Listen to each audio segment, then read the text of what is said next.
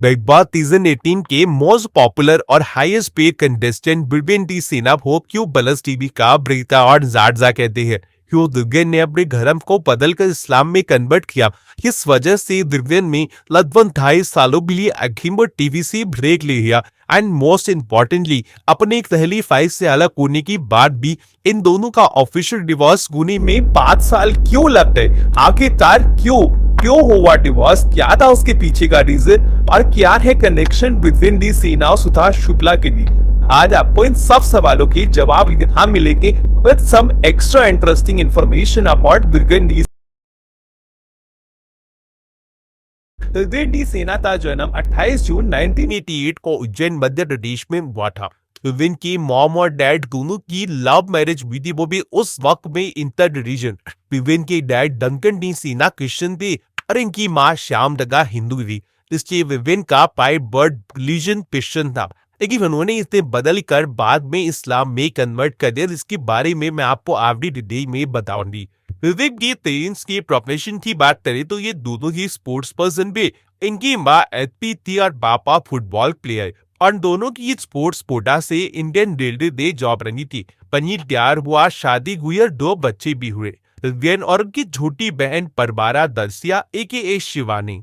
रिद्वियन और बचपन से ही अपने पापा की वजह से फुटबॉल खेलने में कुछ ज्यादा ही इंटरेस्ट था और वो बड़ी होकर प्रोफेशनल फुटबॉल प्लेयर बनना चाहती थी, लेकिन इनके गुड लुक्स की वजह से इनकी पूरी किस्मत ही बदल गई। रिद्वियन ने लोकमान्य तिलक हाई स्कूल मुंबई से अपनी 12th कंप्लीट की और फिर Madhya Pradesh state level engineering entrance exam को क्लियर भी किया। लेकिन अपने दोस्तों के कहने पर रिद्वियन ने लाइट रॉक्स मिस्टर इंडिया 2007 का फॉर्म भर दिया और वो सेलेक्ट भी हो गया। टॉप 10 कंटेस्टेंट में अपनी छटा भी बना पाए। लाइट ड्रग्स वही कंपनी है जहां से बॉलीवुड स्टार्स दीनो वोरिया और जॉन अब्रायन के टैलेंट की शुरुआत हुई थी और इन दोनों ने ही लाइट ड्रग्स कॉन्टेस्ट को उस वक्त में जीता था और इसी कंपनी से ही सिद्धार्थ शुक्ला को मिला था वर्ल्ड्स बेस्ट बॉडी का अवार्ड। रिव्यू में जब अपनी करियर की शुरुआत ही भी as a live walk model, तब उनका पे चेक हुआ करता था 2,500 से 3,000 रुपए पर डेड बॉब, लेकिन वो अपनी जिंदगी से और चाहती थी, इसलिए उन्होंने पीवी सीरीज के लिए ऑडिशंस देने शुरू कर दिए। एंड 8 साल में कुछ रिजेक्शंस के बाद दिव्यन को 2008 में अपना पहला टीवी सीरियल मिला तत्फम से, जहां उन्होंने विक्की जैन बागिया का रोल निभाया था और दिव्यन का पहला ही सीरियल काफी हिट रहा। लेकिन उनका अगला सीरियल अग्नि परीक्षा जीवन की गंगा जो दिव्यन का पहला तलस टीवी का शो था और इतना नहीं चल पाया। लेकिन इस सीरियल से और पर नजर पड़ी एकता तफूर की। एकता समझ के कि विविन एक लीड रोल के लिए बने हैं और एकता ने विविन को सालों साल याद रहने वाले सीरियल का ऑफर दिया। 2010 में प्यार की ये कहानी का और मेरी लाइफ का तो भाई ये इकलौता ऐसा सीरियल था जो मैंने विविन का देखा था और जो मुझे आज भी बहुत अच्छे से याद है। ये सीरियल वैम्पायर डायरीज और ट्विलाइट से इंस्पायर्ड था और विविन ने इसमें एक वैम्पायर थी भूमिका निभाई थी और इसमें इनका पेयर बना था एक्ट्रेस सुकृति कंठपाल के साथ। विविन की इस सीरियल को आज तक कोई नहीं भूल पाया है और विविन भी नहीं भूल पाए है, क्योंकि किसी शो में इनकी मुलाकात हुई एक्ट्रेस वेबीज जोराबी से। इस सीरियल में सुकृति की बहन की भूमिका में थी। विविन और वेबीज की पहले दोस्ती हुई और बस दोनों में प्यार हो गया। जब ही दोनों वेट कर रहे थे तभी विविन को अपनी लाइफ के एक और एथिक्स सीरियल का ऑफर आया 2011 में तलस टीवी का मधुबाला एक इश्क एक जुनून, जिसमें इम्प्रेस आरपीप दस्ती जामी। ये सीरियल इंडियन सिनेमा के 100 साल पूरे होने की खुशी में एक सेलिब्रेशन और ट्रिब्यूट के तौर पर रिलीज किया गया था। ये 3 साल चला 2012 से 2014 और काफी ज्यादा हिट भी रहा।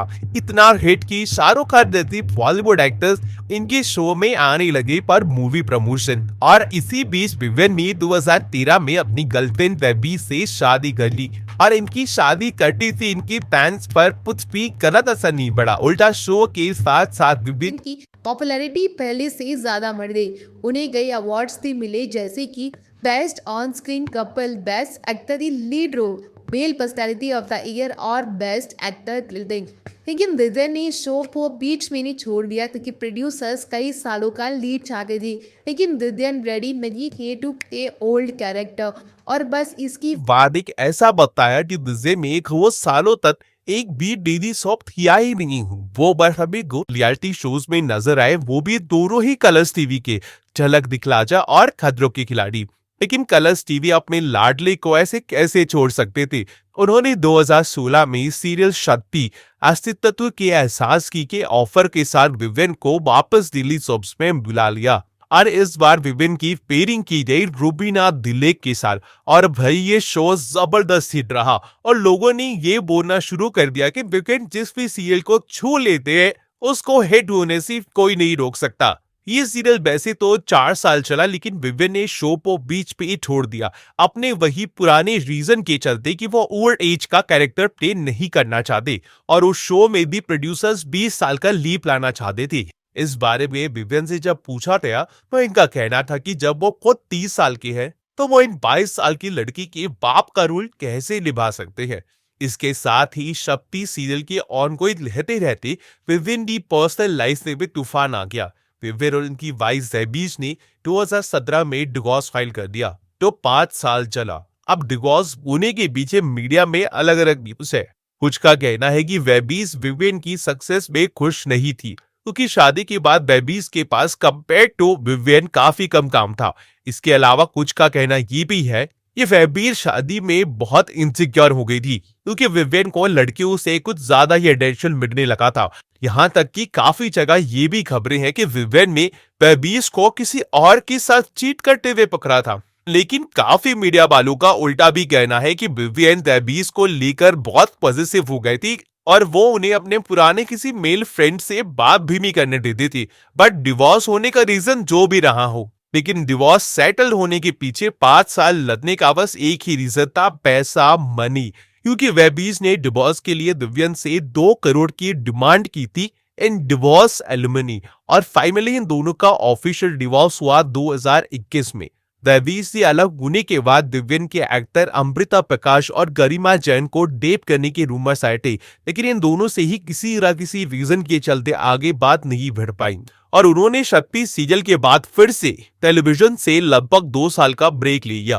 लेकिन कलर्स टीवी अपने लाडले को ऐसा करते हुए देख नहीं पाए और उन्होंने 2021 में विवेन को सीरियल सर्फ कुम का ऑफर दिया जिसमें उनकी पेयरिंग हुई ईशा सिंह के साथ, जिन्हें हम अभी बिग बॉस 18 में विवेन के साथ देख रहे हैं।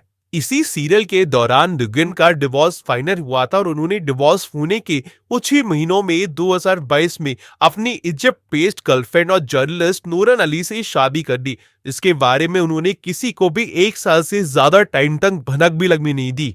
उन्होंने अपनी शादी को मीडिया में बताया जब उनकी बेटी लायन विवियन डी सेना भी 4 महीने की हो चुकी थी। विवेन और नूरन की लव स्टोरी बड़ी फिल्मी है।